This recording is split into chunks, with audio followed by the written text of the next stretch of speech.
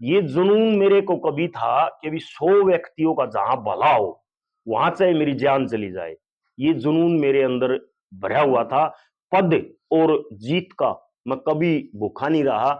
मैं चुनाव हारने का न मुझे कभी अफसोस है और न मुझे शायद होगा। और क्या अगर मैं 5 साल की जॉब न करके शायद 2 साल की जॉब में ही या फिर सरकार पिछपनगी कर देगी, मैं खुला ग्राउंड पे घूमकर अपना समय और ज्यादा देकर पूरी समाज सेवा करूंगा और समाज के कार्यों में पूरी भागीदारी रखूंगा, सेवा दूंगा। ये मेरे अंदर एक जुनून है। जीते जी मैं कुछ आदमियों का जितने का ही भला कर सकूं उतने मेरे को शांति मिलती। मैंने 2 योजना पहले मेरे पास विधायक घनश्याम जी के जो उसके रिश्तेदार थे और आदमी थे पर्सनल, वो मेरे घर पर आए और उन्होंने ये कहा कि जी आप समाज सेवी हो और आप बीजेपी में मेरे साथ मित्रता के साथ आप काम करो, मैं आपकी मित्रता निभाऊंगा। तो वो दिन है, आज दिन है। मेरा विधायक जी ने आज तक कोई काम मना नहीं किया है उसके जो बस का था। मेरी ट्रांसफर नहीं हुई, मैंने आज तक उसको दोष नहीं दिया क्योंकि पॉलिसी थी, ऑनलाइन होने के कारण कुछ कारण हो गए। तो उसके बावजूद भी मैंने उसको वो नहीं कहा। मेरे गांव के अंदर जबरदस्त विकास कार्य करवाए उस व्यक्ति ने। 3 मंजिला स्कूल है 6 करोड़ का, और गांव में पीने की पानी की व्यवस्था थी वो अच्छी करवाई। गलियां जितना भी जो कहा पैसों के खूब पैसे उसने लगाए। और मैंने भी बीजेपी के अंदर एक ऐसी धीरे धीरे आस्था पैदा होगी। पहले मैं सुनता था कि भी सबका साथ सबका विकास, और बीजेपी के नेताओं के भाषण सुनता था तो उनसे लगता था कि भी ये तो कुछ चीज है। नमस्कार जी, मैं धनराजा लाल ताजको बामड़ा गांव में। जैसा कि तस्वीरों में देख पा रहे हैं, मास्टर मनोज जी हमारे साथ जुड़ चुके हैं। मास्टर मनोज जी आज किसी परिचय के मोहताज नहीं हैं। ऊपर दान भी हैं खाप के और लगातार समाज सेवा के कार्यों में जुड़े हुए हैं। भाजपा के वरिष्ठ कार्यकर्ता भी हैं। इसके साथ साथ चुनाव भी लड़ चुके हैं, चाहे बात करें ब्लॉक समिति मेंबर का, सरपंची का और कॉलेज प्रधान का। तो नमस्कार मनोज जी। नमस्कार जी, आपके चैनल को भी मेरा नमस्कार, सभी सुनने वाले दर्शकों को भी मेरा हाथ जोड़कर नमस्कार। मनोज जी, सबसे पहले हम यही जानना चाहेंगे आपके जीवन के बारे में। जिस प्रकार आपने बहुत से चुनाव भी लड़े हैं हाँ जी। और खाप के उप सचिव भी हो, तो क्या बताना चाहोगे हमारे दर्शकों को, किस प्रकार कितना संघर्ष करना पड़ा अपने जीवन में? आप एज ए मास्टर भी रहे हो, अभी मैं वर्तमान में भी मास्टर हो। हाँ, मैं टीचर हूँ और टीचर के साथ साथ मैंने कर्मचारी यूनियनों में भी काम किया। मैं मेरी गाड़ी से पूरे हरियाणा की जो यूनियन है, चीफ सेक्रेटरी से मीटिंग तक हुई। जो भी कर्मचारियों की मांगे होती थी मेरा उसमें चाव था। मैंने कभी पद नहीं लिया। मेरे को टीचर का प्रधान भी बना रहे थे भिवानी के अंदर, 2-3 बार कोशिश हुई लेकिन मैंने चुनाव नहीं लड़ा। ओनली मेरे चुनाव एक बार इसका कॉलेज का लड़ा था शुरुआत में। मेरे को 88 में मैं 10वीं पास आउट हुआ था, हमारा स्कूल नहीं था उस समय +2 का। मैं कॉलेज में चला गया। 11वीं क्लास में ही मेरे को जुनून हो गया था समाज सेवा का। किसी मेरा एक गुरु मानता हूँ उसको भी आज मैं, भिवानी एसडीएम हुआ करते, बहुत ईमानदार आदमी थे। हम भरी बस में आते जाते सफर करते थे। तो उन्होंने एसडीएम साहब बस भरी थी, झांकी में खड़े थे, मैंने उनको जबरदस्ती सीट दे दी भरी बस में, किसी ने नहीं दी। मैं 5-7 मिनट तक वो खड़े रहे। मैं उनको बोलेगा सर आप बैठो बैठो। वो जेंटलमैन आदमी थे, मुझे ये नहीं पता था वो एसडीएम है। उन्होंने मेरे को बैठाया तो मुझे एक ज्ञान दिया कि बेटा आप समाज में या जिंदगी में लाइफ में बहुत कुछ कर सकते हो। मैंने लिया अंकल ऐसी क्या बात हुई? उन्होंने बेटा मैं भिवानी एसडीएम था, एसडीएम हूँ, और आप में मैंने आप में कुछ लगा और आप जीवन में कुछ कर सकते हो। मैं उनकी बात पे अमल किया। उन्होंने मेरे को एक शिक्षा दी थी कि भी आड़ी में पाड़ी में पशु पक्षी सभी में ज्ञान है। आप 2 साल के अंदर आपकी इंद्रिय कहने लग जाएंगी कि ये सही कर रहा है ये गलत कर रहा है। आपको निर्णय लेने की पावर और अच्छाई बुराई का सब ज्ञान हो जाएगा। आप सबकी सुनना और उसके बाद अपना डिसीजन देना। वो दिन था मेरे अंदर एक जुनून पैदा हो गया कि भी मैंने समाज सेवा करनी है। मेरे एक बार विचार थे कि भी मैं शादी भी नहीं करूं। मेरे फादर की डेथ होने के कारण मैंने शादी करनी पड़ी, और मेरा जो जीवन का संघर्ष था जितना मैं करना चाहूँ था वो समाज को मैं उतना समय नहीं दे सका। फिर भी उसके बावजूद मैंने चुनाव भी लड़े। 91 में गवर्नमेंट कॉलेज में प्रधान का चुनाव लड़ा, मैं थोड़े हिम्मतों से वहां भी हार गया, मेरे साथ छल कपट हुआ। मैं एक विश्वास करने वाला आदमी था, इसलिए मेरे साथ छल कपट से मैं सारे चुनाव हारा। फिर बीडीसी का चुनाव लड़ा 95 में, तो ब्लॉक में भी मैं ओनली 6 पर्ची आता रह गया। वहां भी 1 बजे तक चुनाव में झगड़े होकर चुनाव खत्म पूरा नहीं हुआ था। फुलपुरा गांव में मैं जीता था। तो उसके बाद गांव में हारे, ठोड़ेवाद होता है सिस्टम गांव के अंदर। उन्होंने बोल दिया कि भी सरपंच में चुनाव लड़ना पड़ेगा। हम एक चुनाव फिर गांव वाले कहना लड़ लिए, फिर हमारा जुनून और हो गया, भाई हार क्यों गए, थोड़े मतों से वहां हार गए। उसके बाद फिर दूसरा पंचायत का चुनाव भी लड़ा, और पीछे भी जो पंचायत के चुनाव आए थे, जब भी तैयारी थी वो बीसी की आ गई।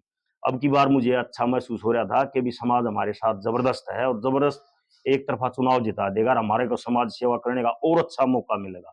फिर मेरा जो राजनीति का जुनून हो गया, उसमें भी मुझे आगे बढ़ने में मौका मिलेगा। लेकिन वो चुनाव बीसी का होने के कारण अब मैंने गांव की राजनीति को बिल्कुल वो कर दिया, क्योंकि मैं नहीं चाहता मेरा कोई विरोधी भी तैयार हो। गांव की राजनीति में विरोधी ज्यादा होते हैं, और काम करने के लिए आपके पास प्लेटफॉर्म होना चाहिए। लेकिन जब बीजेपी के अंदर जाके देखा, तो वहां एक ऐसी समानता और अच्छा लगा मुझे कि भी किसी को भी ये अहमियत नहीं देते।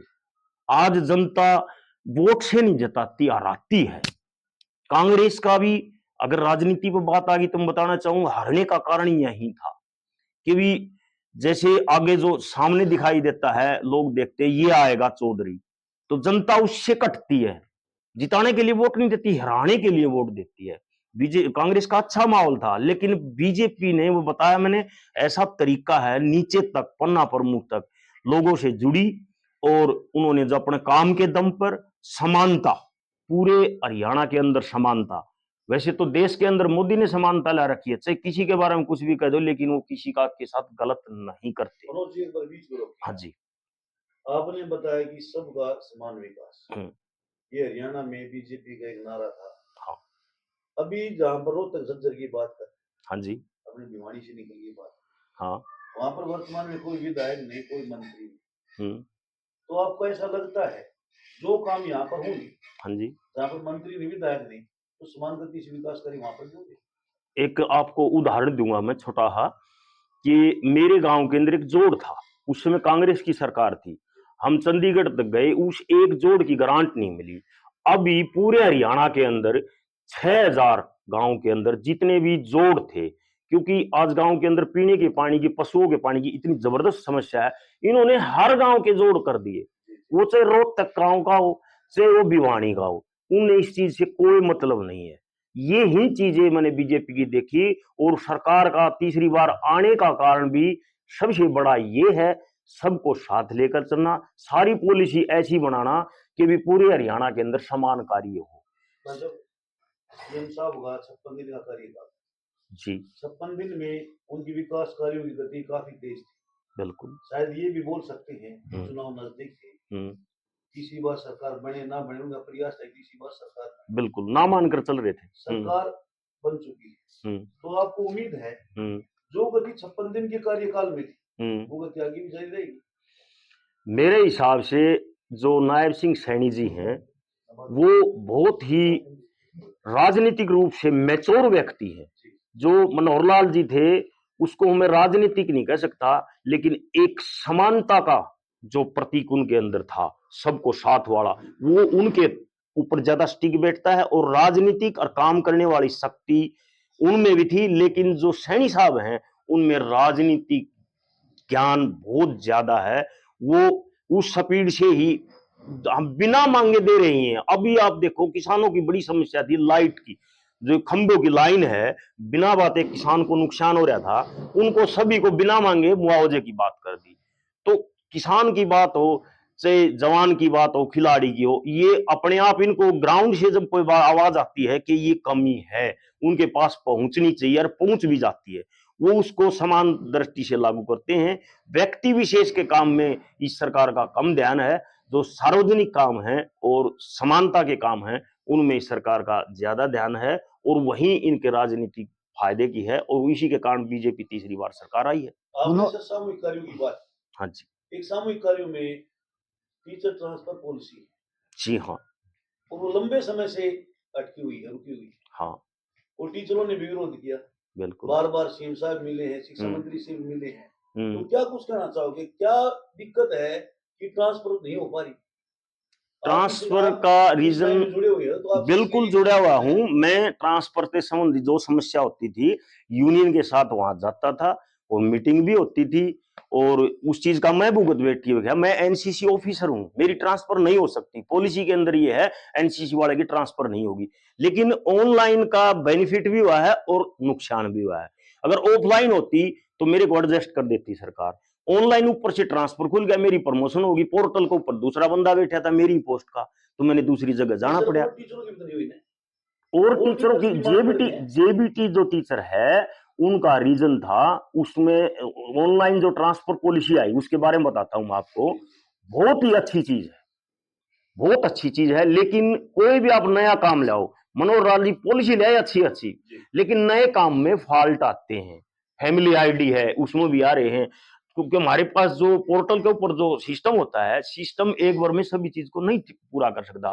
ट्रांसफर पॉलिसी के अंदर जेबीटी के अंदर क्या कारण आपको बताना चाहूंगा मैं।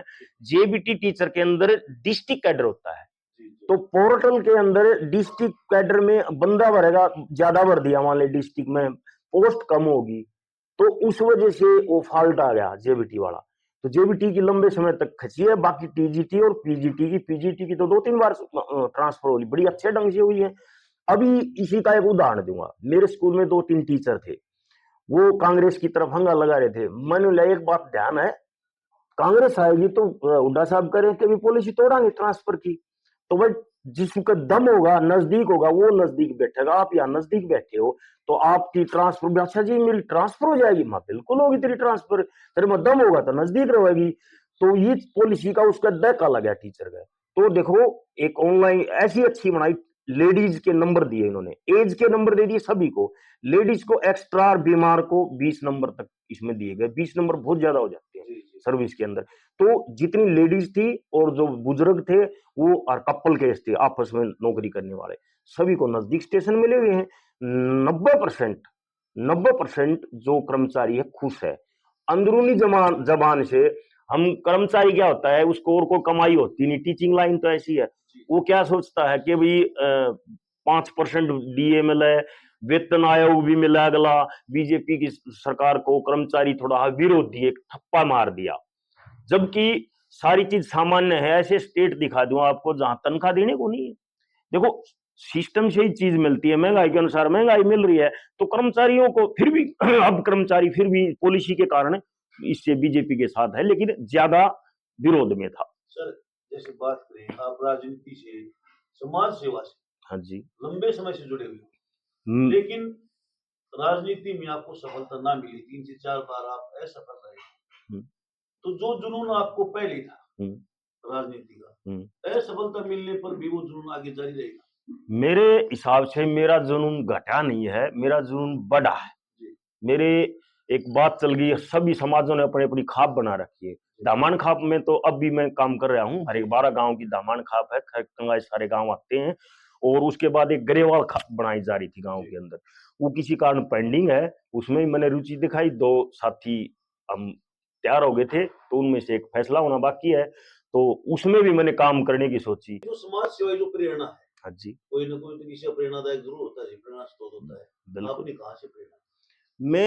मेरे अंदर वैसे कॉलेज में गया मैं, तो कॉलेज के अंदर नारेबाजी हड़ताल होती थी, समस्याएं सुनते थे, अधिकारियों के साथ मीटिंग होती थी, एडीसी डीसी साहब के साथ 2-2 3 दिन चलती हमारी। मैंने भट्ठा मजदूर यूनियन वाले आ गए मेरे पास, 1 महीना में उनके लिए अनशन पर बैठ गया। रक्षा वाले आगे, मैं रक्षा वाला की भी हड़ताल में चला गया। तो ये गाइड करने वाला था छात्र नेता संपूर्ण सिंह। छात्र नेता संपूर्ण सिंह के पास हम बैठते थे और उन्होंने ये कहा था अगर कुछ जीवन में करना है तो ये मत देखना कि ये रक्षालय है या भट्ठा मजदूर यूनियन है, समाज सेवा करो, तो जो भी आए उसी की करो। तो मनोज जी क्या राजनीति के बिना समाज सेवा नहीं हो सकती? हो सकती है, बिल्कुल होती है जी। समाज सेवा होती है। दूसरा, समाज सेवा के अंदर एक व्यक्ति के अंदर एक गुण होना चाहिए, ईमानदारी, निष्पक्षता। 2 चीजें अगर आपके अंदर हैं, मैं कॉन्फिडेंस के साथ कहता हूं, 4-5 मेरी 12 दामाण के फैसले थे, जो बच्चे लव मैरिज वगैरह या ये जो बोलते हैं क्या है, live in relationship, living relation, हाँ हमारे 12 के अंदर कर लिए उन्होंने, इंटरकास्ट कर ली। चलो इंटरकास्ट वाली तो कोई अड़चन है नहीं, देखो इंटरकास्ट तो आजकल होते हैं, लेकिन वो हमारे आपस में हम जो खाप बना रखी है वो ये मानते हैं भाई भाईचारा समाज बिगड़ता है, फूल पर बामला की कोई सीमा नहीं है, आपस में अगर रिश्ता करेंगे तो अच्छा नहीं लगता। मैंने 4-5 केस दामान ने मेरे ड्यूटी लगाई, मैंने उनको मनाया तो मेरी बात पर विश्वास करते हैं, क्योंकि मेरा जो केंद्र पॉइंट है जो स्कूल रहा, मैंने यहाँ जॉब की तो उसके साथ साथ जो समाज सेवा का मुझे मौका मिला, समय मिल गया, तो वो कुछ बच्चे मेरे से पढ़े हुए हैं और कुछ में प्रार्थना के अंदर भी मतलब बच्चों को छोटे से ही ये जुनून पैदा करता हूँ कि भी अगर कुछ कामयाब होना है तो अपने से बड़ों की, गुरु की, माँ बाप की बात को मानो, वो सब चीजों का निकले हुए। तो मैं भी, ज्ञान मुझे कहाँ से मिलता, ज्ञान लोगों से ही ज्ञान है, जो एसडीएम साहब ने मेरे को बताया था कि भी पाड़ी महाड़ी में सब में ज्ञान है, तो वो ज्ञान सब में से आप इकट्ठा करना शुरू करते हो तो ऑटोमेटिक अपने अंदर ज्ञान हो जाता है और आप सही फैसला लेते हो। मुझे तो पंचायत के अंदर तुरंत आभास हो जाता है ये गलत है ये सही है, और मैं सही को ही करता हूँ, चाहे मेरा नुकसान हो चाहे नफा हो। पीछे से आदमी एक बार बुरा हो जाएगा, उसके बाद बार बार तो गलत फैसला होगा तो सारी उम्र गाड़ देगा। तो मैं, ये जुनून फिर मेरे में धीरे धीरे बढ़ता गया और आज भी मेरे बच्चे दोनों कामयाब हो गए, और आज भी मैंने बच्चों को भी बोल दिया कि भी बेटा अब तो मैं और फ्री हो गया। पहले तो मेरे पास 3 भाइयों की जिम्मेवारी थी, मेरा से छोटा भाई भी गुजर गया हादसे में और बड़ा भी हादसे में गुजर गया, उसके बावजूद मैंने समाज सेवा को नहीं छोड़ा। अब भगवान ने मैंने जो समाज सेवा की उसके फल में मेरे बच्चे कामयाब हो गए सारे।